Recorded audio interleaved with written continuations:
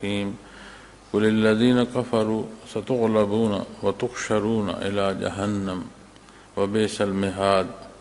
کافروں سے کہہ دیجئے کہ عنقریب تم مغلوب ہوگے اور جہنم کی طرف اکٹھے کیے جاؤ گے اور وہ برا ٹھکانہ ہے۔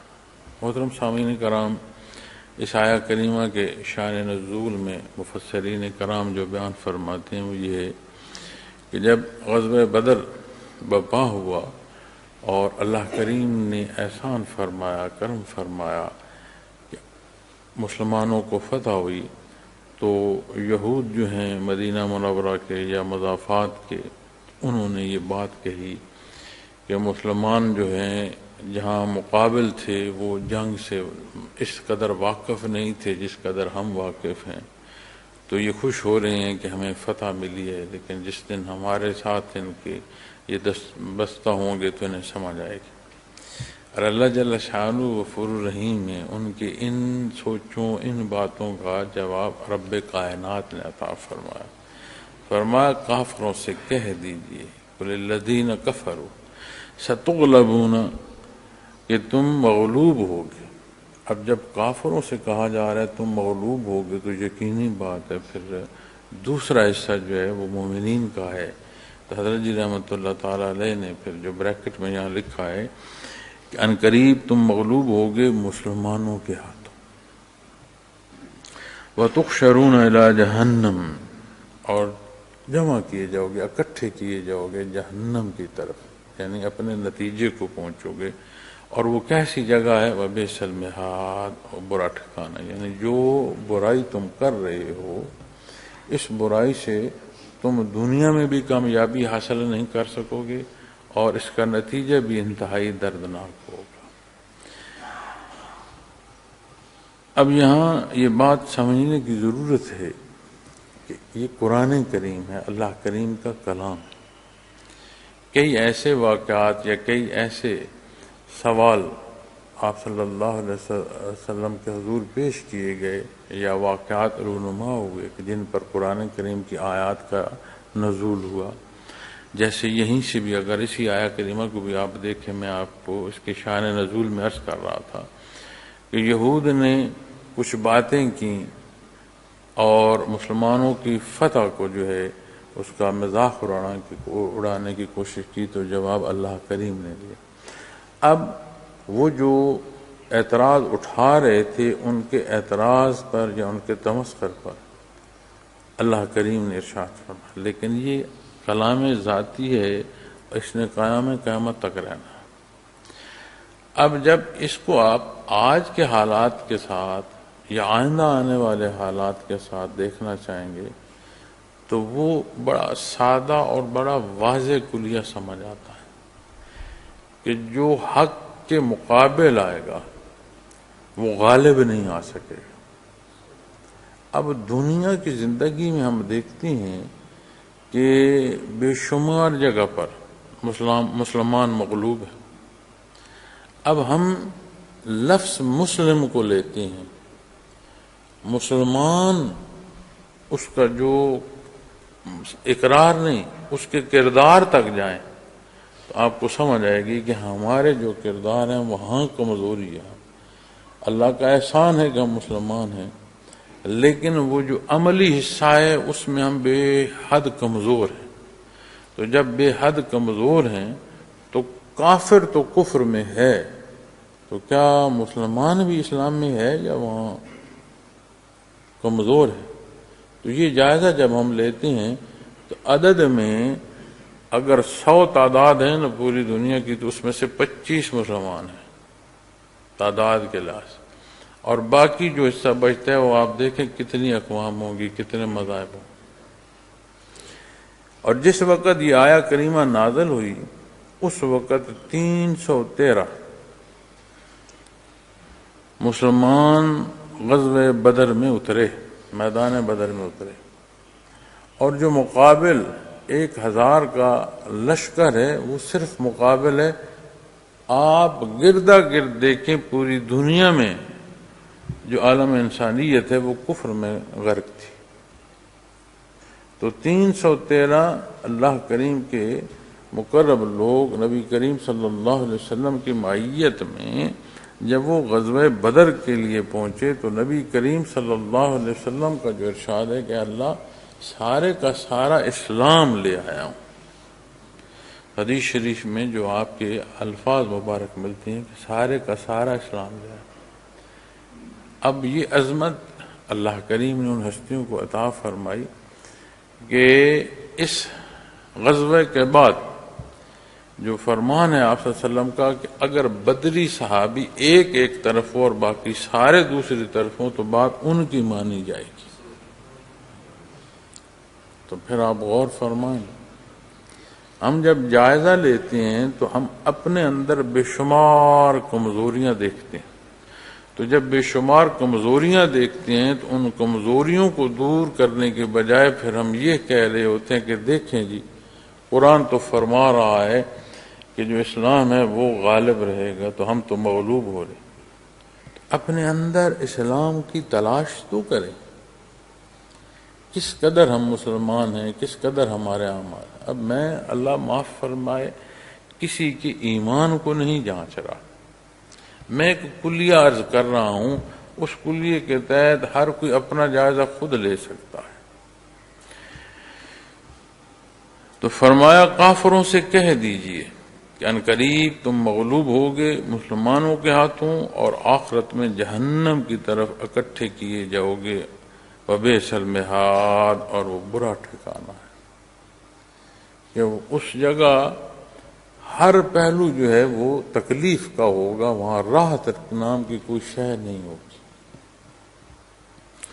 قد کان لکم آیات فی فئتین التقطا، فرمایا یقیناً تمہارے لیے ان دو جماعتوں میں جو یعنی یوم بدر ایک دوسرے کے مقابل ہوئی تھیں بہت بڑی نشانی ہے. اب اس فرمان کے ساتھ قرآن کریم نے ذکر فرمایا غزوہ بدر کا، جو مدینہ منورہ ہجرت کے بعد پہلا معرکہ ہے جو دو بدو جنگ ہوئی، اور اس کے عوامل میں بے شمار پہلو ہیں جو بیان کیے جاتے ہیں. چونکہ جب مدینہ منورہ میں آپ صلی اللہ علیہ وسلم نے ہجرت فرمائی اور صحابہ کرام رضوان اللہ علیہم اجمعین کی تربیت کا ایک ایسا عمل شروع ہوا کہ جس میں جیسے مکہ المکرمہ میں رکاوٹ پیدا کی جاتی تھی وہاں ممکن نہیں رہی. تو پھر یہ خبر تو پہنچتی تھی، آئے روز مسلمان جو ہیں ان کی تعداد بھی بڑھ رہی ہے اور وہ وہاں اپنا ایک نظم بھی جو ہے وہ بھی مرتب ہو رہا ہے، ترتیب دی جا رہی ہے. تو پھر کفار کو بھی تکلیف ہوتی تھی، یہود جو مدینہ منورہ اور اس کے مضافات میں تھے ان کو بھی تکلیف ہوتی تھی، اور منافقین بھی بیچ میں اپنا کردار ادا کر رہے ہوتے تھے کہ کوئی طریقہ کوئی ذریعہ ایسا ہو کہ یہ جو مسلمانوں کا پھلنا پھولنا اسے روکا جائے. تو مکہ مکرمہ سے ان کی آگ جو مشرکین کے دل کی ٹھنڈی نہیں ہوئی کہ مکہ والوں نے آپ صلی اللہ علیہ وسلم کو، آپ کے رفقاء کو ہجرت پر مجبور کر دیا. گھر بار ہر شے چھوڑ کر اللہ کے نام پر مدینہ منورہ ہجرت ہوئی، لیکن ان کے سینوں میں پھر بھی ٹھنڈک نہیں آئی. انہوں نے پھر کوشش کی کہ ایسا ایک تجارتی قافلہ بنایا جائے جس میں سارے پیسہ لگائیں اور اس کی آمدن لی نہ جائے، مسلمانوں کے خلاف جو جنگ ہے یا جو حرب کا معاملہ ہے اس میں استعمال. تو آپ صلی اللہ علیہ وسلم جب مدینہ منورہ سے نکلے تو مقصد یہ تھا کہ اس قافلے کو روکا جائے جو مدینہ منورہ پر جنگ مسلط کرنے کے لیے ایک قافلہ روانہ کیا. تو جب قافلے والوں نے یہ محسوس کیا کہ مسلمان ہمیں روکیں گے تو انہوں نے مکہ مکرمہ میں اطلاع دی کہ ہماری حفاظت کا سبب کیا جائے. ادھر سے ابو سفیان بعد میں اللہ کریم نے ایمان عطا فرمایا اور رضی اللہ تعالیٰ عنہ کی شان نصیب ہوئی تو وہ اس کی سربراہی کر رہے تھے. تو جب مکہ مکرمہ میں اطلاع دی گئی تو وہاں پھر سب سے زیادہ جو آگ لگائی وہ پھر ابو جہل نے لگائی. اس نے پھر کوشش کی کہ میں مخلوق کو جمع کروں اور اس حدت کو اتنا بڑھا دوں فساد کو، اس کے ذریعے جو میرے اندر خفت ہے یا جو میرے اندر غصہ ہے میں اسے مٹا سکوں. تو اس بدبخت نے پھر اور آگ جلائی. تو پھر لگ بھگ مختلف روایات آتی ہیں، لیکن لگ بھگ 1000 کا لشکر ہے۔ اب جب 1000 کا لشکر نکالا تو اس لشکر سے مراد صرف عدد نہیں پورا کرنا تھا، جس موضوع پر لوگ جمع تھے اس موضوع سے متعلق جنہیں جانکاری ہے، یعنی جو اس فن سے واقف ہیں، تو پھر بڑے بڑے جنگجو جمع ہوئے جنہیں بڑا زوم تھا اپنے قوت بازو پر، اپنے تلوار بازی پر، اور جنگ حرب سے واقف تھے، اور پھر انہیں لیس کیا گیا ہر طرح سے جو جنگی آلات ہیں۔ اب جب اس طرف ہم دیکھیں، ایک تو اسباب کا پہلو ہے کہ ایک طرف دنیا کے اسباب ہیں اور ایک طرف بے سر و سامانی اتنی کہ خوراک کے لیے کھجوریں گنتی کے ساتھ تقسیم ہوئی۔ یہ نہیں ہے کہ اگر صرف کھجور ہے تو وہ بھی وافر ہے، ایسا بھی نہیں۔ تو آلات حرب آپ دیکھیں کہ کتنی زریں ہیں، کتنی تلواریں ہیں، حیران ہو جاتا ہے بندہ۔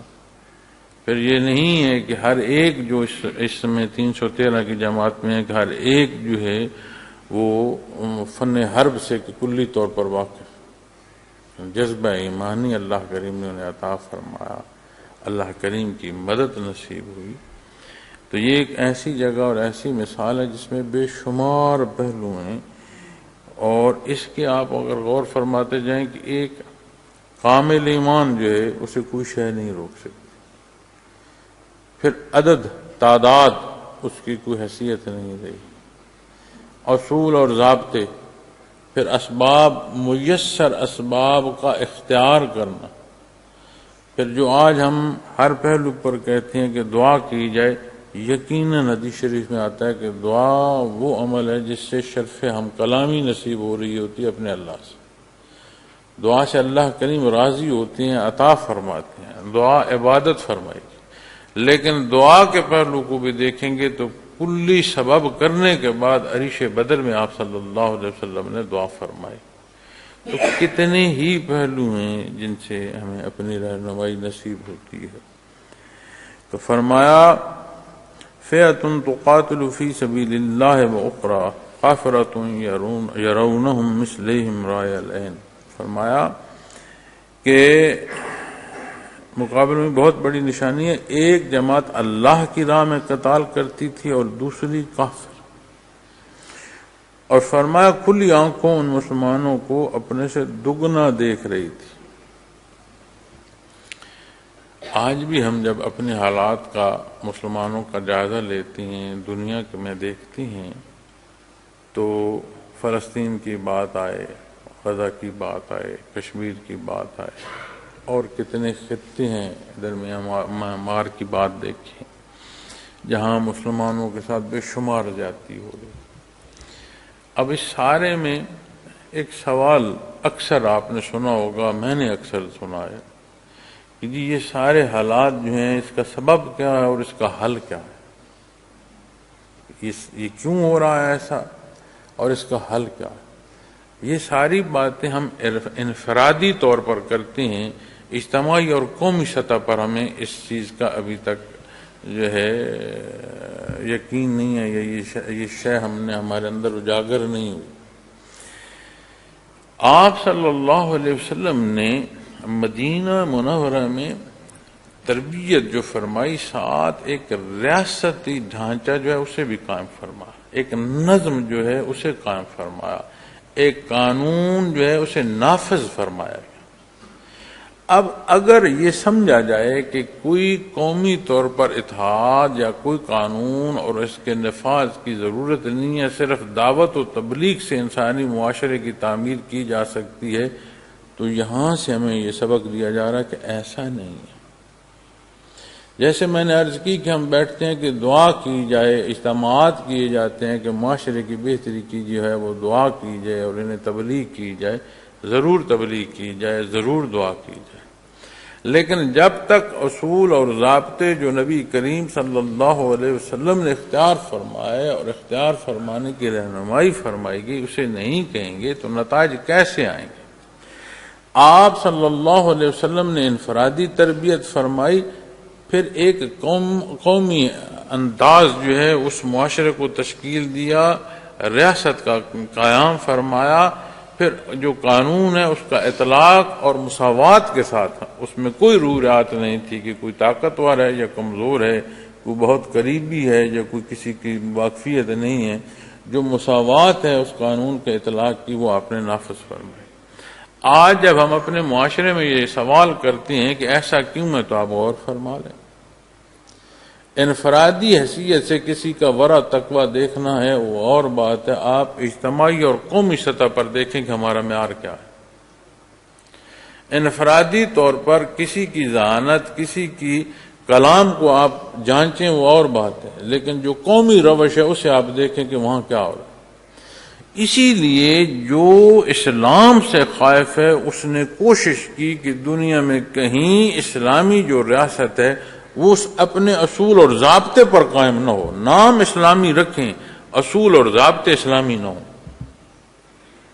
تو چاہے انداز انتخاب ہو، چاہے انتظامات ہو، چاہے قوانین اور ان کا اطلاق ہو، آپ غور فرما لیں، جائزہ لے لیں. پوری کوشش کی گئی ہے کہ جو مسلمان ملک ہیں، لفظ مسلمان بھی ان کے پاس ہو، ریاست کا نام بھی اسلامی ہو، لیکن اسلامی اصول نہ نافذ ہو سکے.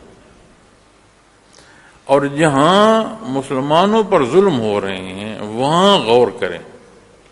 وہاں پر یہ نہیں ہے کہ کوئی انفرادی حیثیت سے وہ لوگ ظلم ڈھالیں، انہوں نے اپنی ریاست کو مضبوط کیا، ریاستی قوت کے ساتھ وہ ظلم کر رہے ہیں. اور ہمیں کیا سبق دیا جا رہا ہے کہ انفرادی طور پر محنت کرو. کوئی منع نہیں کر رہا انفرادی محنت. اس انفرادی محنت کو اجتماعیت تک لے کر نہ جاؤ گے تو قوم نہیں بن پاؤ گے.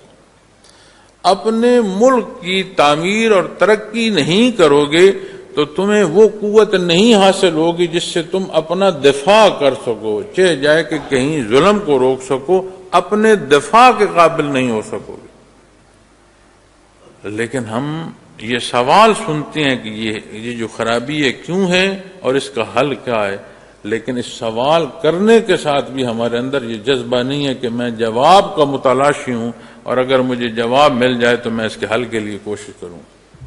کتنے لوگ آپ دیکھتے ہیں جو اس درد کے ساتھ معاشرے میں چل رہے ہیں اور اپنا کردار ادا کر رہے ہوں کہ نہیں ہم نے اس قوم کو قوم بنانا ہے، اس ملک کو اسلامی ریاست بنانا. کتنے لوگ ملے آپ کو تقاریر میں، تحریر میں یہ چیز ملے گی. آپ عملی حصے میں جا کر دیکھیں، ذاتی حیثیت میں جا کر دیکھیں، کلام اور عمل میں بہت بڑا فرق ہے. اللہ ماشاء اللہ میں کسی پر عدالت نہیں لگا سکتا، نہ میں جانتا ہوں، نہ میرا اختیار ہے، اور نہ یہ بات درست ہے کہ میں کلی طور پر معاشرے پر فیصلے دیتے. میں تو خود کمزور آدمی ہوں. لیکن جو چیزیں نظر آ رہی ہیں، باہر میں دیکھ رہا ہوں تو سورج کی روشنی ہے، تو اس روشنی سے سمجھ آتی ہے کہ سورج ہے، بادل نہیں ہے، یہ دن ہے، رات نہیں ہے. تو جب معاشرے کو دیکھتے ہیں تو جو ہمارے حالات ہیں وہ ہمیں بتاتے ہیں کہ ہمارے اندر انصاف نہیں ہے، ہمارے اندر کمزوری ہے، ہمارے اندر دین پر عمل پیرا ہونے کی جو مضبوطی ہے اس کا فقدان ہے. تو یہ اندھیرا ہے. اگر وہ نور روشن ہوتا تو اس معاشرے میں روشنی ہوتی. یہ جو جگہ جگہ قوم ٹھوکریں کھا رہی ہے یہ ٹھوکریں نہ کھاتی. تو جب سوال کیا جاتا ہے کہ یہ ایسا کیوں ہے کہ ہم ذلیل ہو رہے ہیں، ایسا کیوں ہے کہ ہماری اتنی تعداد ہے، اور ایسا کیوں ہے کہ ہم مغلوب ہیں، تو میاں جہاں تمہارے غالب آنے کو قرآن فرما رہا ہے وہاں دیکھو تو صحیح. قل الذین کفروا، کفر کی طرف اشارہ ستغلبون. تو جو جہاں سے مغلوب ہوگا وہ کہاں ہے؟ اللہ کریم نے فرمایا ان دو جماعتوں کو دیکھا جو بدر میں ایک دوسرے کے سامنے ہوئی. ہے کچھ نہیں لیکن کامل ایمان کے ساتھ اللہ کے حکم پر نبی کریم صلی اللہ علیہ وسلم کی معیت میں میدان میں اتر گئے. اور اللہ فرماتا ہے کافروں کو دو گنا نظر آتے. دوسری جگہ فرمایا گیا کہ کافروں کو کم نظر آتے تھے، حالانکہ کافروں کی تعداد 3 گنا سے بھی زیادہ تھی. تو جب اس کے تفسیر میں آپ دیکھتے ہیں کہ ان آیات کی تفسیر میں جو بیان فرمایا جاتا ہے، بحث کی جاتی ہے کہ جنگ سے پہلے جب کافر دیکھتے تھے تو مسلمانوں کی تعداد انہیں تھوڑی لگتی تھی، اور جب جنگ شروع ہو گئی تو پھر انہیں تعداد زیادہ لگتی تھی، اور مسلمانوں کے جذبے میں بھی ان کی تعداد جو ہے وہ زیادہ نہیں لگتی تھی۔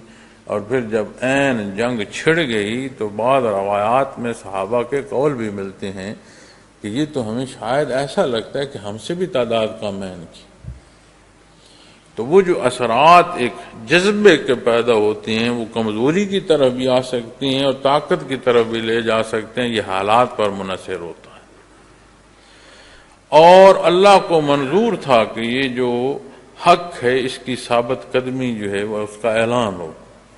تو جب بے شمار سرداران قریش آپ صلی اللہ علیہ وسلم نے دیکھے تو آپ صلی اللہ علیہ وسلم کا فرمان ہے کہ مکہ والوں نے اپنے جگر کوشے تمہارے سامنے لا کھڑے کیے، 70 کے قریب جو ہیں وہ بڑے بڑے کافر جو ہیں وہ واصل جہنم ہوئے، اور 70 کے قریب جو ہیں وہ لوگ قید ہوئے۔ لیکن اس مارکے میں ہمیں جو آج کا سبق دیکھنا ہے وہ یہ ہے کہ آج بھی حق و باطل جو ہے اس کا مارکہ بپا ہے، اور یہ قیامت تک رہے گا۔ قرآن کریم نے 2 جماعتیں بیان فرمائیں، حزب اللہ اور حزب الشیطان۔ اب یہ جب 2 جماعتیں ہیں اور شیطنت ہے تو شیطنت کے مقابلے میں ایمان اور کامل ایمان کی طرف ہماری مضبوطی ہے، ہمارا دفاع ایمان سے ہے۔ یہ جو ہم پورا زور لگاتے ہیں کہ نہیں دنیا کے اسباب ہونے چاہیے، ضرور ہونے چاہیے، اسباب دنیا اصول دنیا ہے، لیکن اسباب پر توکل نہیں ہو سکتا۔ توکل یا حتمی جو بات ہے وہ اللہ کی طرف منسوب ہوگی، تو کچھ نہ ہو تو اس کے حکم پر جان دینی پڑے، تو بھی یہ مثال ہمیں غزوہ بدر سے مل گئی ہے۔ کچھ نہیں، فرمان ہے، بات ختم، اتنا کافی ہے کہ اللہ کریم کا فرمان۔ اس میں پھر اور سودے کرنے کی کیا ضرورت؟ وہ ایک جو بنیادی سودا ہے، لا الہ الا اللہ محمد رسول اللہ، کافی ہے، بات ختم، اور ضرورت ہے کس چیز کی نہیں۔ تو آج جب ہم امت کے طور پر دیکھیں یا آج جب ہم اپنے وطن عزیز میں اس قوم کے حوالے سے دیکھیں تو آپ غور فرمائیں، اس کا فقدان ہے ہمیں اجتماعی طور پر جو اسلامی احکامات ہیں ان کا اختیار کرنا یا ان کا نفاذ کرنا نہیں ہے۔ لکھا ہوا ہے ہم نے کہ ہمارے ملک کا جو سب سے بڑا قانون ہے وہ قرآن و سنت ہے۔ اگر لکھنے سے تعمیر ہوتی تو ہماری تو بے شمار تعمیر ہو گئی ہوتی، لیکن اس لکھنے کے ساتھ جو کچھ ہم نے اور داخل کیا ہوا ہے جس پر ہم عمل کرتے ہیں یہ اس کے نتائج۔ معاشرے میں سب سے جو استحکام کا سبب ہوتا ہے وہ عدل ہوتا ہے۔ آپ اپنے ہاں عدل دیکھ لیں، عدل کے قائم کرنے کا معیار دیکھ لیں، جو عادل نام سے منسوب مخلوق بیٹھی ہے آپ انہیں جائزہ لے لیں، جو پیش ہو رہی ہیں یا جو حکم سنا رہے ہیں ہم اپنے حلیے دیکھ لیں کہ ریاست اسلامی میں ہم نے جو عدل قائم کرنا ہے وہ کیسا، اور عدل ایسا نظام ہے جو ہر نظام حیات کی ضرورت ہوتی ہے۔ آپ تعلیم کی بات کریں وہاں عدل کی ضرورت ہے، آپ صحت کی بات کریں وہاں عدل کی ضرورت ہے، کسی شعبے کی بات کریں، مالیات کی بات کریں وہاں ضرورت ہے، انتظامیہ کی بات کریں وہاں ضرورت ہے، کسی شے یا کسی حصے کی جو زندگی ہے اس حصے کی آپ نام لیں وہاں عدل کی ضرورت ہے۔ اور جب عین عدل کا اپنا شعبہ ایسا ہو کہ مقتول جو ہے وہ وجود تلاش کر رہا ہو کہ میرا خون کس کے ہاتھ ہے، کیوں؟ اس لیے کہ نظام عدل نے جس پر الزام تھا اسے تو بری کر دیا۔ اب اگر کوئی بے گناہ ہے اور وہ بری ہو گیا، بات سمجھ آئی، وہ مقتول کس کے نام لکھو گے؟ وہ وارث جو ہیں وہ پھر اپنا خون کہاں تلاش کریں؟ تو آپ اس نظام پر جتنی بھی بات کرنا چاہیں اتنی ہم نے اس میں خرابیاں کی ہوئی ہیں، آپ اس پر بات کر سکتے ہیں، لیکن ضرورت اس امر کی ہے کہ ہم اپنی روش کو درست کیسے کریں۔ آج اپنے حالات معاشرے کے دیکھ لیں، ہم تعمیر کے نام پر تخریب کر رہے ہیں۔ مجھے بتاؤ کہ آگ بجھانی ہو تو آگ جلا کر آگ بجھائی جاتی ہے، لیکن ہم اپنے معاشرے میں آگ جلا بھی رہے ہیں، اسے بڑھا بھی رہے ہیں، اور ہم کہتے ہیں کہ ہم آگ بجھانے کا انتظام کر رہے ہیں۔ تو کیا ایسا نہیں؟ تو بجائے جذبات میں جا کر تحمل سے چیزوں کو دیکھیں، رائے دیں، لیکن آراء سنیں بھی صحیح، اپنی تاریخ دیکھیں، دنیا کے حالات دیکھیں، اللہ اور اس کے حبیب صلی اللہ علیہ وسلم کا فرمان دیکھیں۔ آپ کو ہر وقت میں ہر قوم کے حالات پر جو پہلو درست سمجھ آئیں گے وہ وہی ہوں گے جو قرآن کریم نے بیان فرمایا۔ تو قرآن کریم کو خوبصورت لحاف میں سجا کر بالا خانوں میں رکھنے کے بجائے اسے عمل میں لائیں تو یہ ہمیں حل دے گا۔ ہر ایک حل ایک لے کر آتا ہے اور اپنے مفادات لے کر چلا جاتا ہے، ہم پہلے سے ذلیل ہوتے چلے جاتے ہیں۔ آپ دیکھ لیں، میرا کسی جماعت سے تعلق نہیں ہے کہ میں کہوں کہ کسی سیاسی جماعت کو میں اچھا جانتا ہوں اور کسی کی میں مخالفت کرتا ہوں، میرا ذاتی کوئی تعلق نہیں کسی جماعت سے، لیکن میرا تعلق اس ملک سے ہے، اس قوم سے ہے، میرا تعلق ایمانی رشتے کا ہے۔ مجھے وہ درد اور وہ تکلیف ہے کہ اگر گرم ہوا چلتی ہے تو مجھے بھی لگتی ہے، ٹھنڈی ہوا چلے گی تو اس کی ٹھنڈک مجھے بھی محسوس ہوگی۔ اسی معاشرے میں رہتے ہیں، اجداد کی قبریں یہی ہیں، اولاد یہی ہیں، تو جو اپنا حصہ ہے، جو اپنا کردار ہے، جو اپنی آواز ہے، اس بات پر دیکھ رہے ہیں کہ ہم کیا کر رہے ہیں۔ ہم کیوں دیکھتی آنکھوں نہیں سمجھ پا رہے کہ جہاں نظام اکھڑ جاتے ہیں وہاں لوگوں کے حالات کیا ہوتے ہیں۔ ہم تو تیسری نسل ہیں، اپنے سے 2 نسلیں پہلے جائیں، ان حالات سے واقفیت اور آگاہی حاصل کریں کہ جب وقت اس ملک کے قیام کا آیا تو لوگوں نے قربانیاں کیسی دیں، جب مغلوب تھے انگریز کے دور میں تو لوگوں کے حالات پڑھیں کہ کیا انصاف ہوتا تھا، قانون کیا تھا اور لوگوں کے حقوق کیا تھے۔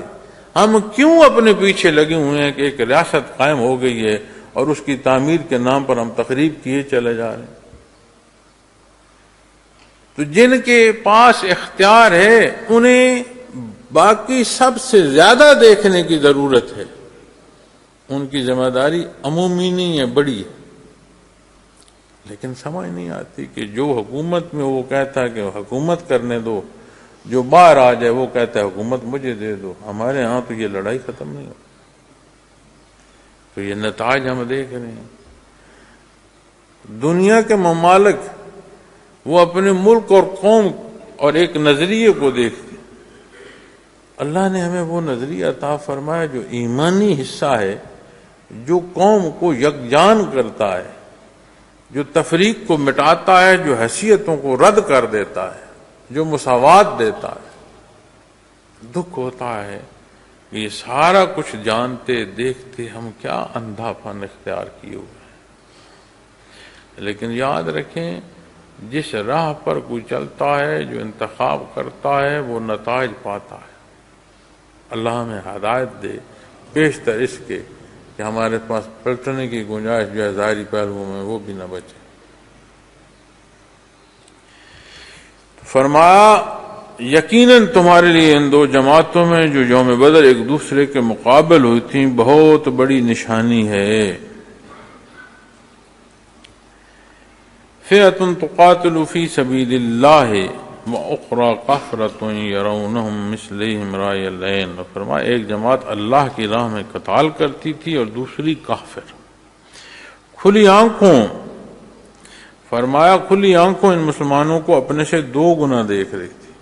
اب اللہ کریم کی مدد شامل حال کہ کافر اپنی طاقت کے زوم میں حملہ آور ہے اور 3 گنا تعداد ہے کافروں کی زائد، اور جو 3 گنا کے سامنے ایک حصہ آئے وہ انہیں اپنے سے بڑا نظر آ رہا ہے۔ سبب اختیار کرنے، لیکن اللہ کی ذات تو مسبب الاسباب، سبب کا بھی مالک۔ وہ بنیاد جو بندگی کی ہے اس کی مضبوطی کی ضرورت ہے، اسباب بھی پھر ویسے نظر آنا شروع ہو جاتے ہیں جیسے اللہ کریم چاہے، وہ قادر مطلق۔ واللہ یؤید بنصرہ من یشاء، فرمایا اور اللہ جس کو چاہتے ہیں اپنی مدد سے قوت دیتے ہیں۔ وہ غفور الرحیم ہے، اس کی مخلوق ہے، اس نے پیدا فرمائی، اسے عزیز ہے، اسے پیاری ہے، اس نے اسے نور ایمان کے جو ذرائع ہیں وہ عطا فرمائے ہیں، کلام ذاتی سے نوازا ہے، استعداد سے پیدا فرمایا ہے، تخلیقی اور پیدائشی طور پر ہر کسی کا جو دل ہے وہ صاف ہے، وہ اس دل کے آئینے پر کیا تحریر کرتا ہے یہ اس کا اختیار ہے، تو جو کچھ اور جیسا بھی ہے اس میں وہ کیا چاہتا ہے۔ تو جب بات اللہ جل شانہ کی طرف اور ہدایت کی طرف آتی ہے تو بنیاد قرآن جو بیان فرماتا ہے وہ انابت کوئی چاہے تو صحیح۔ تو ہمارا معاشرہ ساری بحث کے باوجود اگر ٹٹولے کہ یہ جو کلام ہے، جو الفاظ ہیں، جو خوبصورت فکری ہیں، محاورے ہیں، ان کے پیچھے کوئی دل کی طلب بھی ہے کہ ہم چاہتے ہیں کہ مسلمان جو ہیں اور ایک باعمل زندگی ہو، ایک اسلام ہو، اسلامی ریاست ہو، ہم چاہتے بھی ہیں، تو وہاں فقدان ہے۔ تو اللہ جل شانہ نے ارشاد فرمایا واللہ یؤید بنصرہ من یشاء، اور اللہ جس کو چاہتے ہیں اپنی مدد سے قوت دیتے ہیں۔ ہر شے اللہ کریم کی طرف سے ہے، اللہ توفیق عطا فرما دے، اللہ حفاظت عطا فرما دے، اللہ ہدایت عطا فرما دے۔ ہم مار کھاتے ہیں جب اپنے ذمے چیزیں لے لیں، میں یہ کروں گا، میں کیا کروں گا، اپنا ہونا نہ ہونا تو اختیار میں نہیں، پھر اس دعوے کی ضرورت کیا؟